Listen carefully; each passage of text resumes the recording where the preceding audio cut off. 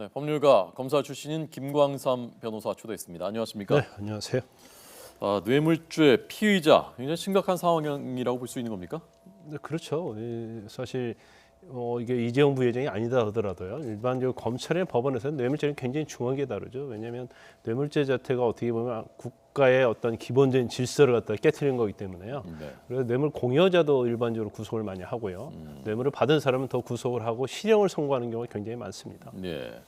워낙 국가 경제에 미치는 영향이 큰 기업이지 않습니까? 삼성이 구속영장이 청구될 가능성은 어느 정도라고 보십니까? 그게 아마 그 특검에서 굉장히 고민을 많이 할 거라고 봐요. 왜냐하면 지금 경제가 또 우리 한국 경제 지금 특히 최순실 게이트 이후에 경제가 굉장히 어렵지 않습니까? 네, 네. 그래서 그런데 지금 엄청난 경제에 대한 비관, 빨리 어떻게 보면 정권을 교체해서 정권을 회복시켜야 한다는 국민의 목소리가 굉장히 큰데 사실 삼성과 관련해서 이재용 부회장이 만에 하나라도 신병이 처리가 된다고 하면 이건 국가적으로 굉장히 엄청난 일입니다. 더군다나 특검에서 이제 고민하고 있는 것 중에 하나가 미래전략실에서 이 뇌물과 관련해서 주도한 인물들, 최지성 미래전략실 실장이랄지 장충기 차장을 비롯해서 삼성의 어떤 수뇌부들에 대해서 어떻게 처리할 것이냐. 만약에 그 수뇌부하고 이재용 부회장까지 구속을 된다고 하면 삼성의 어떤 이머진이 완전 공백이 된 상태이기 때문에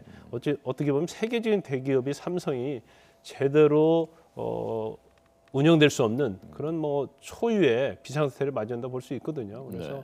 일단 특검에서는 이재용 부회장에 대해서는 그 구속 여부에 대해서 열어두고 있다 이런 취지로 얘기를 하고 있지 않습니까? 그래서 일단 조사를 한다 하면서 그 부분을 이제 고민할 것으로 보이는데 이제 열어두고 있다는 의미 자체는 네. 꼭 구속을 하겠다 그런 의미도 아니고요. 불구속하겠다는 의미도 아닌데 예. 만약에 이제 불구속을 하게 됐을 때는 재벌 봐주기라는 그런 특검이 오명을 쓸 수도 있는 그런 경우가 생기거든요. 그 특검은 아무튼 고민이 굉장히 깊어질 거로 보고 지금까지 특검의 어떤 이제까지 수사 상황을 보면 그래도 구속에 좀 무게가 실리지 않을까 이제 그런 우리가 예측을 해볼 수가 있습니다. 네. 이 경제 부분을 고려하지 않고 김 변호사님이 지금 특검의 검사라고 가정하고 지금 나온 정도의 조사 내용을 토대로 한다면은 어떻게 판단하시겠습니까? 저도 쉽지 않을 것 같아요. 저도 쉽지 않은데 일단 이 과정이요. 일반적인 뇌물 사건에 비해서는 굉장히 질적으로 보면 이렇게 좋은 편은 아니에요. 네, 네. 일반적인 뇌물 사건은 약간의 뇌물의 경계선상에 있을 수 있는데 정말 특검에서 파하고 있는 것처럼 경영권 승계를 위해서 특히 일반적인 경영권 승계가 아니고 국민연금이 개입하는 경영권 승계. 그러니까 네. 국민에게 손해를 주면서까지 이런 편법적으로 합병 과정에 있어서 국가의 압력이 박근혜 대통령의 압력이 있었고 거기에 만약에 이재용 부회장이 개입을 했다고 한다면 그건 당연히 구속을 돼야겠죠. 그렇지만 이제까지 삼성의 입장을 보면 결과적으로 대통령이 강요하는데 어떻게 이게 기업이 거부할 수 있겠느냐. 약간 이제 그런 식의 전략적인 가고 있어요. 그래서 조사된 부분이 정말 박근혜 대통령이 만에 하나라도요. 이건 뭐 가정입니다. 특검에서 만약 불구속을 하게 된다고 한다면 그것은 박근혜 대통령의 엄청난 압력과 강요가 셌기 때문에 삼성에서 그걸 피할 수 없는 그러한 요소도 있었다는 걸 참작한다는 그런 취지로 말할 가능성이 크다고 봅니다. 네. 그렇게 된다면은 그 가정대로라면은 박근혜 대통령 쪽에 오히려 혐의가 더 무거운 혐의가 옮겨지게 되는 그런 측면이 있겠군요. 그렇죠. 그런데 제가 볼 때는 그래요. 이제 불구속을 할 수 있는 명분이 있어야 하지 않습니까? 그런데 두 가지 명분을 찾을 수 있어요. 첫 번째는 국가 경제를 위해서. 네, 네. 그리고 두 번째는 아까 말씀드린 것처럼 어떤 피해자로서 측면, 삼성에. 그런데 국가 경제적인 측면만 가지고는 국민이 설득이 안 될 겁니다. 예. 왜냐하면 이제까지 모든 재벌 수사에 있어서는 국가 경제를 항상 고려한다고 해서 불구속 수사하고 근데 법원의 판결도 사실은 솜방망이에 불과했거든요. 그래서 특검 자체는 그것보다도 만약에 불구속을 하게 된다면 아까 말씀드린 것처럼 박근혜 대통령의 어떤 적극적인 그런 압박, 강요에 의해서 한 그런 부분이 인정이 된다. 이제 그렇게 가능성이 크다는 거죠. 네. 자, 특검의 조사 대상 가운데 대기업 총수 중에는 현재 뇌물 공여 혐의 1호 그리고 피의자로 조사를 하고 있습니다. 좀 전에 그 2008년에 특검 나와서 조사받는 모습을 봤는데요. 그때는 어떤 혐의였고 어떻게 처리됐었습니까? 그때도 특검이었습니다. 그러니까 2008년 전이죠. 2008년도죠. 그때는 에버랜드 전환사채를 헐값으로 발행을 해서 결과적으로 경영권을 승계하는 데 있어서 이재용 부회장한테 이득을 줬다는 거고요. 네. 그로 인해서 회사와 다른 주주들한테 손해를 끼쳤다는 그런 혐의로 조사를 받았는데 결국 그 부분에 대해서는 무혐의 처분을 받았어요. 예, 알겠습니다. 지금 헌법재판소에서는 오늘 4차 변론 진행되고 있습니다. 그러니까 본격적인 공판격인 변론이 벌써 4번째까지 가고 있는 것입니다. 오전에는 이영선 행정관 그동안 계속 출석하지 않았었는데요. 특검에도 나가지 않았었고 청문회 나가지 않았었고요. 이영선 행정관이 헌재 출석을 했습니다. 먼저 취재기자부터 불러보고 또 전문가에게 분석 듣겠습니다. 최두희 기자 나오십시오. 네, 헌법재판소에 나와 있습니다. 네, 자 오전에 이영선 행정관이고 오후에는 어떻게 되는 겁니까? 네, 오후 2시부터는 먼저 류희인 전 세월호 특조위 비상임위원에 대한 신문이 시작됩니다. 앞서 오후 1시 45분쯤 이곳 헌재에 도착한 류 전 의원은 들어가서 말씀드리겠다고만 짧게 답했습니다. 류 전 의원에 대한 신문에서는 세월호 참사 당시 대통령이 적절한 대처를 했는지를 놓고 국회와 대통령 양측 대리인단의 치열한 공방이 예상됩니다. 이후에는 언론 자유 침해 부분에 대한 본격 심리에 들어갈 것으로 보이는데 오후 3시에는 조현일 세계일보 기자 그리고 오후 4시에는 조한규 전 세계일보 사장에 대한 신문이 이뤄지게 됩니다. 이들에 대한 신문은 청와대의 정윤회 문건 유출 파동과 관련이 있습니다. 앞서 세계일보는 지난 2014년 정윤회 문건을 특종 보도하면서 박근혜 정부의 비선 실세 의혹을 제기한 바 있는데 오후에 출석할 이들의 입에서 어떤 내용이 나올지가 관심사입니다. 네. 자 오늘 오전에는 어떤 내용들이 진술됐습니까? 네, 앞서 열린 이영전 행정관에 대한 증인신문에서는 정호성 전 비서관에게 최순실 씨를 두고 최 선생님이 들어가신다는 문자를 보낸 적이 있다는 취지의 증언을 했는데요. 하지만 앞서 최 씨를 데리고 청와대에 들어간 적이 없다고 한 증언 내용과는 엇갈리는 대목이어서 위증 논란을 불렀습니다. 이에 대해 재판부에서도 지적했지만 이 행정관은 최순실 씨의 청와대 출입 여부에 대해서는 끝내 입을 닫았습니다.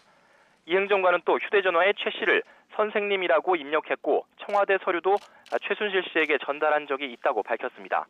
박 대통령의 지시로 의상실에 의상대금을 전달한 적도 있었다고 말했는데 이 부분도 검찰 조사와는 다른 증언이어서 역시 위증 논란에 휩싸였습니다.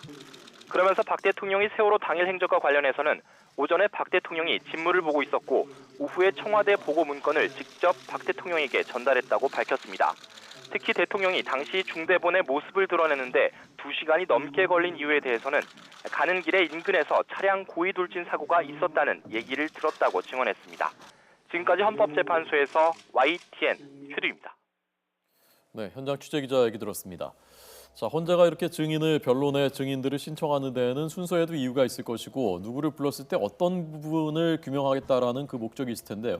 오늘 이영선 행정관에 대해서는 어떤 부분이 초점이고 또 오전에 나온 발언 중에는 어떤 걸 주목하셨습니까? 일단 제일 중요한 부분은 세월호 7시간과 관련된 4월 16일 행적이 되겠죠. 네. 그 부분이고요. 그다음에 두 번째는 보안 손님과 관련된 부분. 그래서 최순실 씨가 어떻게 보안 손님으로 드나들었는지 그리고 비선 의료와 관련된 부분이죠. 그래서 주사 아줌마랄지 기치료 아줌마 그거 굉장히 중요한 부분입니다.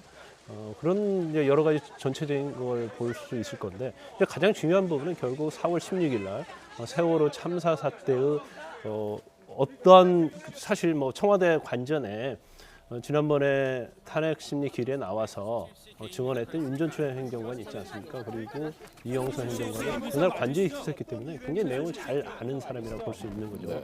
그런데 지난번 윤전추 행정관이 나와서 증언을 했었는데 오늘 이영선 전 행정관입니다. 지금은 경호관으로 경호관으로 됐기 때문에 네. 그래서 경호관으로 발령을 받아서 오늘 증언을 했는데 거의 윤전추 전 행정관과 일치를 해요. 그런데 그런 면을 우리가 좀 볼 수 있을 것 같아요. 지난번에 둘이 같이 나와야 하는데 나오지 않은 이유는 일단 윤전추 전 행정관이 가서 일단 거기에 대응을 하는 거죠. 그리고 그 대응 내용을 가지고 오늘 이영선 전 행정관이 와서 증언을 하는 그런 방법을 썼지 않나 싶습니다. 왜냐하면 그 내용이 거의 다 유사하다고 볼 수 있고요. 네. 거의 대부분이 이제 모르쇠로 일관하고 있고, 근데 그러다 보니까 상식적인 차원에 있는 부분도 다 모르쇠 아니면 뭐 대통령의 경호원법상 말할 수 없다. 뭐 보안 그런 얘기를 했어요. 그런데 굉장히 주도 면밀하다고 생각되는 부분이요.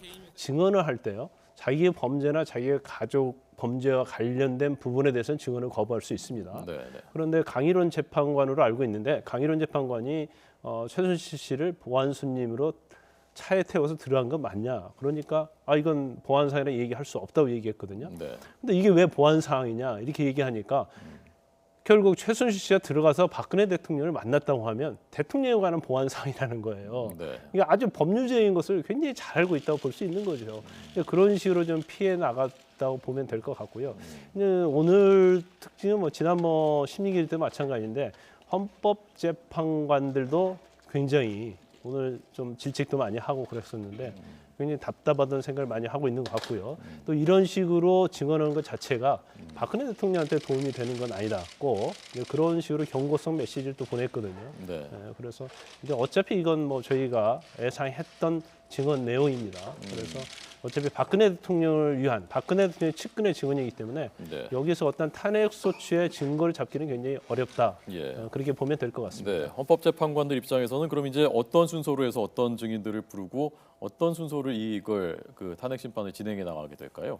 일단 이제까지 증인으로 채택된 증인들에 대해서요 국회 소추위하고 그다음에 박근혜 대통령 대리인하고 상의를 합니다. 그래서 일단은 나오지 않는 증인에 대해서는 그건 헌법재판소에 일방적으로 기일을 정하고 강제 구인을 하고 소환장을 보내고 이제 그런 일을 할 거고요.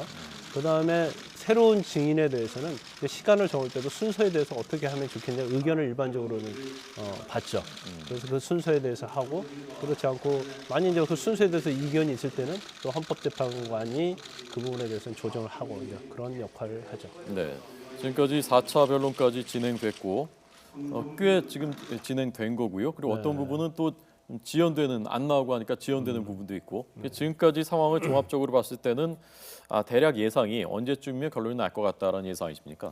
일단 처음 시작을 하고요. 네. 그다음에 탄핵 심리 기일을 잡을 때는 정말 이대로 가면 빨리 가면 1월 31일 날 박한철 헌법재판소장의 임기가 만료되는데도 가능하다 이제 그런 생각을 좀 할 수가 있었어요.